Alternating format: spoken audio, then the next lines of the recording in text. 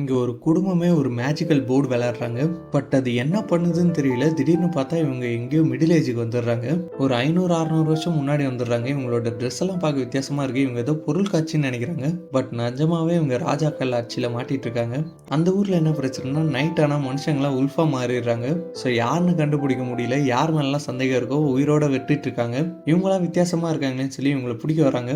பார்த்தா இந்த குடும்பத்தில் இருக்கார்ல, குடும்பத் தலைவரோட பேரு ஜெருமியா. அவரோட சின்ன பொண்ணு இருக்கா, அவளே அந்த ஓனாயா தான் இருக்கா. ஸோ இவரும் எப்படியா அவங்க கிட்டலாம் மாட்டக்கூடாதுன்னு சொல்லி நாங்கள் கூத்து கட்டுறவங்க பாட்டு பாடி டான்ஸ் ஆடுவோம்னு சொல்லி எப்படியோ சமாளிச்சிடுறாரு. அண்ட் இவர் பாடுற பாட்டுக்கு எல்லாருமே ஃபேன்ஸ் ஆயிடுறாங்க. இந்த கேமை கண்டுபிடிச்சது இவரோட வம்சாவளி தான். ஸோ அவங்கள கண்டுபிடிச்சி எப்படியாவது இந்த கேமை முடிக்கணும்னு பார்க்குறாங்க.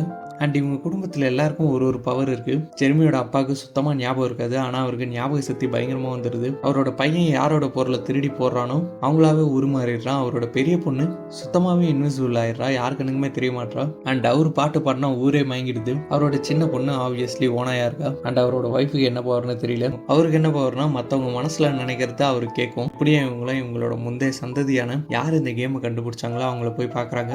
அவரும் இந்த மாதிரி 4 ஓனையை அழிச்சாதான் இந்த கேமை முடிக்க முடியும், அப்பதான் 4 கார்டு கிடைக்கும்னு சொல்றாரு. இவங்களுக்கும் என்ன பண்றதுன்னு தெரியல. இவங்களோட பொண்ணே ஒரு ஓனாயா, ஆனா அவளை அழிக்க முடியாதுல. அண்ட் இதை யாரோ ஒட்டு கேட்டுறாங்க. அவங்களே கட்டி போட்டுறாங்க. அவரு கவலைப்படாதீங்க, நான் உங்களுக்கு ஹெல்ப் பண்றேன் அப்படின்னு சொல்லி உங்களோட பெரிய பொண்ணு தெரிய மாட்டால அவளோட உருவத்தை வர வைக்கிறேன், நான் ஒரு லோஷன் கண்டுபிடிச்சேன்னு சொல்லி அதுல குளிக்க வச்சு மேல அப்படியே கம்மு மாதிரி ஒட்டிக்குது ஸ்கின்னு. அப்படி பார்த்தா ஊர்ல நடமாடிட்டு இருக்காங்க.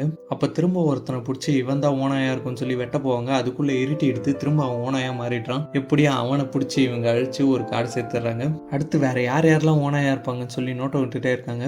அப்போ ஒருத்தன் அவனோட ஒய்ஃபை போட்டு அடிக்கிறான். அந்த பார்த்துட்டு ஜெர்மியோட ஒய்ஃபும் அந்த காலத்துல போய் ஃபெமினிசம் வேற பேசிட்டு இருக்காங்க. இவன் இந்த மாதிரிலாம் பேசுறா, இவ ஒரு சூனியகரின்னு சொல்லி அவங்கள தூக்கில் போட பாக்குறாங்க. கூடவே இவங்களோட ஆன்செஸ்டர் ஒருத்தரை பிடிச்சி வச்சிருந்தாங்களே, அவரையும் கூட செத்து தூக்கில் போட வராங்க. ஜெர்மியா அப்ப நிறுத்தி இருங்க, நான் எல்லாருக்கும் பாட்டு பாடுறேன், இதை கொஞ்சம் என்ஜாய் பண்ணிட்டு அவங்கள கொலை பண்ணுங்க அப்படின்னு சொல்லி எல்லா மக்களையும் டிஸ்ட்ராக்ட் பண்ணி அவங்க 2 பேரையும் காப்பாத்துறாரு. பார்த்தா எல்லாருமே ஓனாயா இருப்பாங்க, கொலை பண்ணணும்னு சொல்லி அந்த காலத்துல சுத்திட்டு இருந்தாலும் அவனும் அவனோட ஒய்ஃபுமே ஓனாயா தான் இருக்காங்க. இருட்டானது உருமாறிடுறாங்க.